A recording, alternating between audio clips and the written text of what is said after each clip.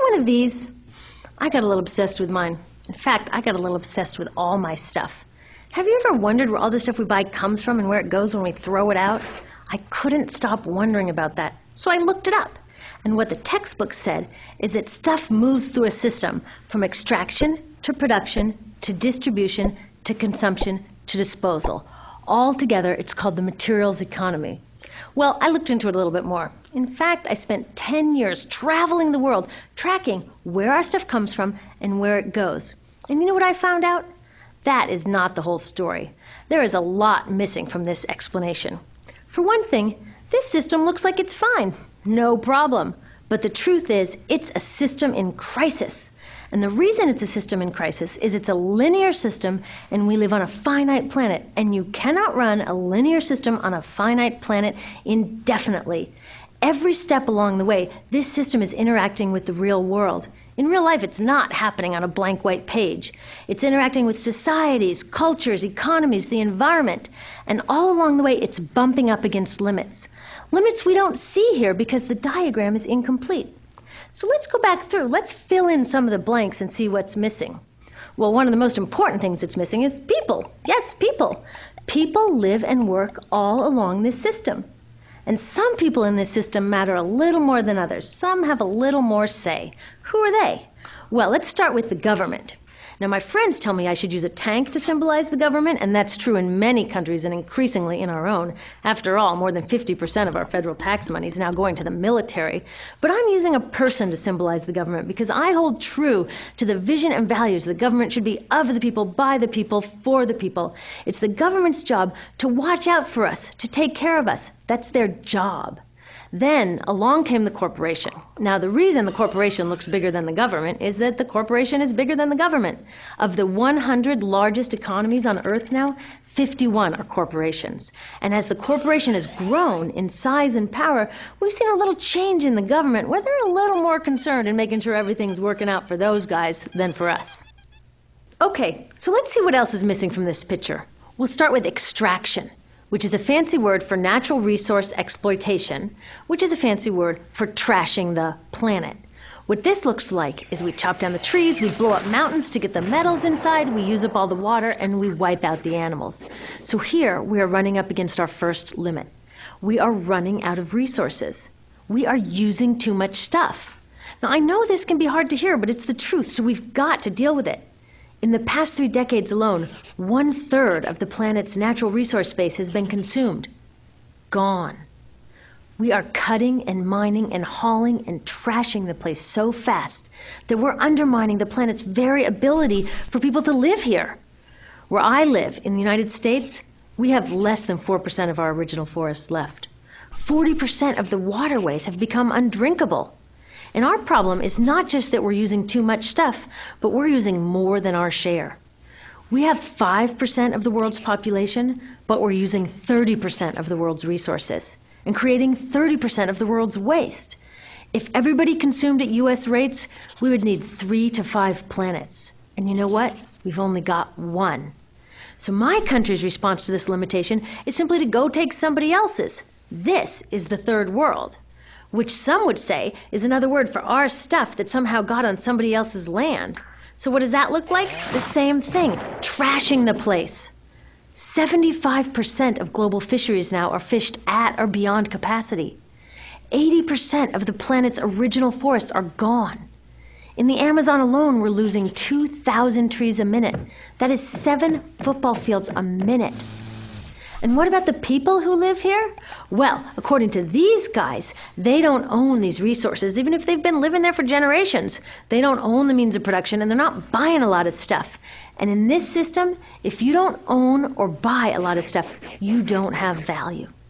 So next, the materials move to production. And what happens there is we use energy to mix toxic chemicals in with the natural resources to make toxic contaminated products. There are over 100,000 synthetic chemicals in use in commerce today. Only a handful of them have even been tested for health impacts, and none have been tested for synergistic health impacts. That means when they interact with all the other chemicals we're exposed to every day. So we don't know the full impact on health and the environment of all these toxic chemicals, but we do know one thing: toxics in, toxics out. As long as we keep putting toxics into our industrial production systems, we're going to keep getting toxics in the stuff that we bring into our homes and workplaces and schools, and our bodies. Like BFRs, brominated flame retardants, they're a chemical that make things more fireproof, but they are super toxic. They're a neurotoxin. That means toxic to the brain. What are we even doing using a chemical like this? Yet we put it in our computers, our appliances, couches, mattresses, even some pillows. In fact, we take our pillows, we douse them in a neurotoxin, then we bring them home and put our heads on them for 8 hours a night to sleep. Now, I don't know, but it seems to me in this country with so much potential, we could think of a better way to stop our heads from catching on fire at night. Now, these toxics build up the food chain and concentrate in our bodies. Do you know what is the food at the top of the food chain with the highest level of many toxic contaminants? Human breast milk. That means that we've reached a point where the smallest members of our societies, our babies, are getting the highest lifetime dose of toxic chemicals from breastfeeding from their mothers. Is that not an incredible violation? Breastfeeding must be the most fundamental human act of nurturing. It should be sacred and safe. Now, breastfeeding is still best, and mothers should definitely keep breastfeeding, but we should protect it. They should protect it. I thought they were looking out for us. And of course, the people who bear the biggest brunt of these toxic chemicals are the factory workers, many of whom are women of reproductive age. They're working with reproductive toxins, carcinogens, and more. Now I ask you, what kind of woman of reproductive age would work in a job exposed to reproductive toxins except for a woman with no other option? And that's one of the beauties of this system. The erosion of local environments and economies here ensures a constant supply of people with no other option. Globally, 200,000 people a day are moving from environments that have sustained them for generations into cities, many to live in slums, looking for work, no matter how toxic that work may be. So you see, it's not just resources that are wasted along this system, but people too. Whole communities get wasted. Yep, toxics in, toxics out. A lot of the toxics leave the factories in products, but even more leave as byproducts or pollution. And it's a lot of pollution. In the US, our industry admits to releasing over 4 billion pounds of toxic chemicals a year. And it's probably a lot more, because that's only what they admit. So that's another limit, because yuck, who wants to look at and smell 4 billion pounds of toxic chemicals a year? So what do? Move the dirty factories overseas, pollute someone else's land. But surprise, a lot of that pollution is coming right back at us, carried by wind currents. So what happens after all these natural resources are turned into products? Well, it moves here for distribution. Now, distribution means selling all the toxic contaminated junk as quickly as possible. The goal here is to keep the prices down, keep the people buying, and keep the inventory moving. How do they keep the prices down? Well, they don't pay the store workers very much, and they skimp on health insurance every time they can. It's all about externalizing the costs. What that means is that the real costs of making stuff aren't captured in the price. In other words, we aren't paying for the stuff we buy. I was thinking about this the other day. I was walking to work and I wanted to listen to the news, so I popped into a Radio Shack to buy a radio. I found this cute little green radio for $4.99. I was standing there in line to buy this thing, and I was thinking, how could $4.99 possibly capture the cost of making this radio and getting it into my hands? The metal was probably mined in South Africa. The petroleum was probably drilled in Iraq.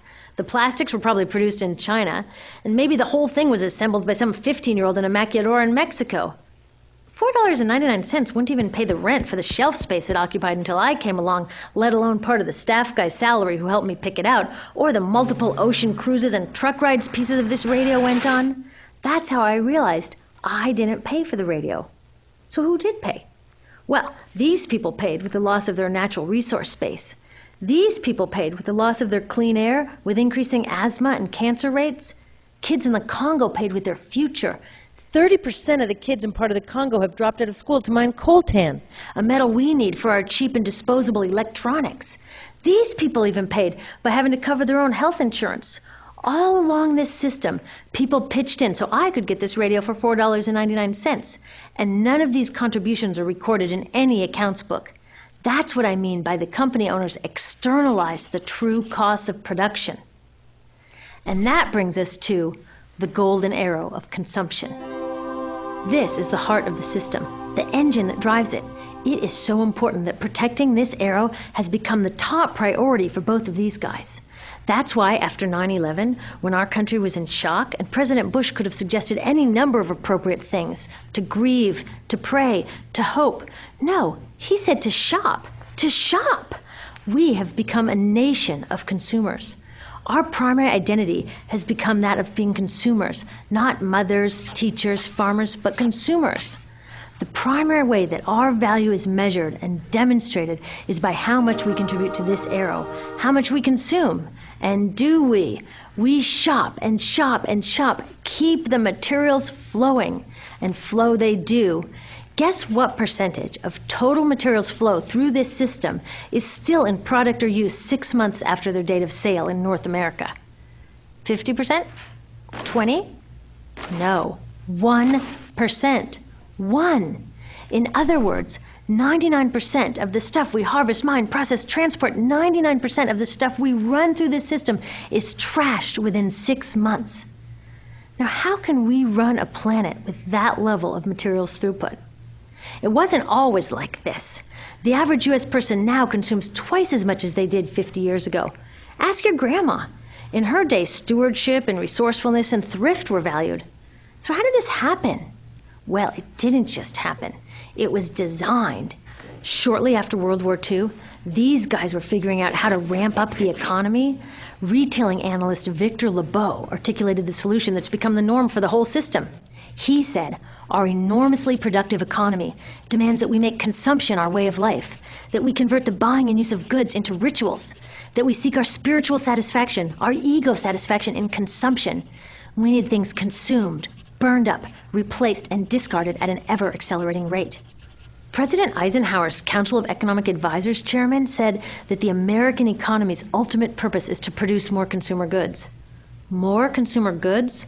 Our ultimate purpose? Not provide health care or education or safe transportation or sustainability or justice? Consumer goods? How did they get us to jump on board this program so enthusiastically? Well, two of their most effective strategies are planned obsolescence and perceived obsolescence. Planned obsolescence is another word for designed for the dump. It means they actually make stuff to be useless as quickly as possible, so we'll chuck it and buy a new one. It's obvious with things like plastic bags and coffee cups, but now it's even big stuff. Mops, DVDs, cameras, barbecues even, everything. Even computers. Have you noticed that when you buy a computer now, the technology is changing so fast that in just a couple of years, it's actually an impediment to communication? I was curious about this, so I opened up a big desktop computer to see what was inside. And I found out that the piece that changes each year is just a tiny little piece in the corner. But you can't just change that one piece because each new version is a different shape. So you gotta chuck the whole thing and buy a new one. So I was reading industrial design journals from the 1950s when planned obsolescence was really catching on. These designers are so open about it. They actually discuss how fast can they make stuff break that still leaves the consumer having enough faith in the product to go out and buy another one. It was so intentional. But stuff cannot break fast enough to keep this arrow afloat. So there's also perceived obsolescence. Now, perceived obsolescence convinces us to throw away stuff that is still perfectly useful. How do they do that? Well, they change the way the stuff looks. So if you bought your stuff a couple of years ago, everyone can tell that you haven't contributed to this arrow recently. And since the way we demonstrate our value is contributing to this arrow, it can be embarrassing. Like, I've had the same fat white computer monitor on my desk for 5 years. My coworker just got a new computer. She has a flat, shiny, sleek monitor. It matches her computer, it matches her phone, even her pen stand. She looks like she's driving in Spaceship Central, and I look like I've got a washing machine on my desk. Fashion is another prime example of this. Have you ever wondered why women's shoe heels go from fat one year to skinny the next to fat to skinny? It's not because there's some debate about which heel structure is the most healthy for women's feet. It's because wearing fat heels in a skinny heel year shows everybody that you haven't contributed to that era as recently, so you're not as valuable as that person in skinny heels next to you, or more likely in some ad. It's to keep us buying new shoes. Advertisements and media in general plays a big role in this.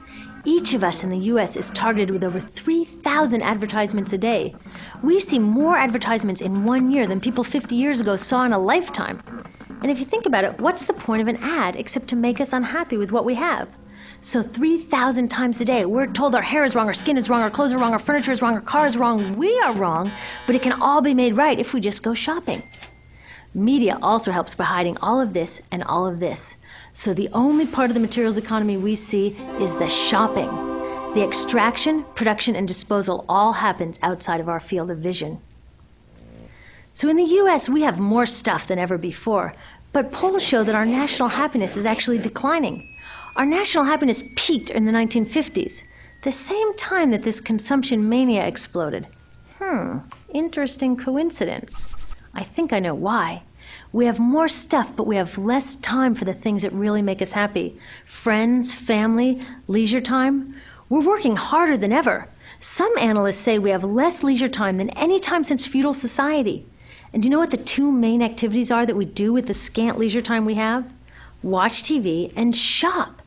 In the US, we spend 3 to 4 times as many hours shopping as our counterparts in Europe do.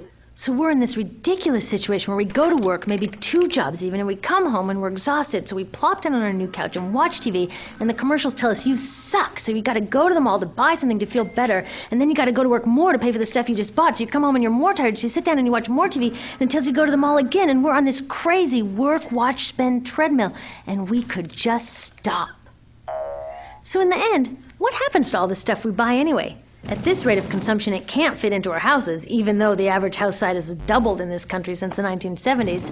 It all goes out in the garbage. And that brings us to disposal. This is the part of the materials economy we all know the most because we have to haul the junk out to the curb ourselves. Each of us in the United States makes 4.5 pounds of garbage a day. That's twice what we each made 30 years ago. All of this garbage either gets dumped in a landfill, which is just a big hole in the ground, or if you're really unlucky, first it's burned in an incinerator and then dumped in the landfill. Either way, they both pollute the air, land, water, and don't forget, change the climate. Incineration is really bad. Remember those toxics back in the production stage? Well, burning the garbage releases the toxics up into the air. Even worse, it makes new super toxics, like dioxin. Dioxin is the most toxic man-made substance known to science, and incinerators are the #1 source of dioxin. That means that we could stop the #1 source of the most toxic man-made substance known just by stopping burning the trash. We could stop it today. Now, some companies don't want to deal with building landfills and incinerators here, so they just export the disposal too. What about recycling? Does recycling help? Yes, recycling helps. Recycling reduces the garbage at this end, and it reduces the pressure to mine and harvest new stuff at this end. Yes, yes, yes, we should all recycle, but recycling is not enough. Recycling will never be enough, for a couple reasons. First, the waste coming out of our houses is just the tip of the iceberg. For every 1 garbage can of waste you put out on the curb, 70 garbage cans of waste were made upstream just to make the junk in that 1 garbage can you put out on the curb. So even if we could recycle 100% of the waste coming out of our households, it doesn't get to the core of the problems.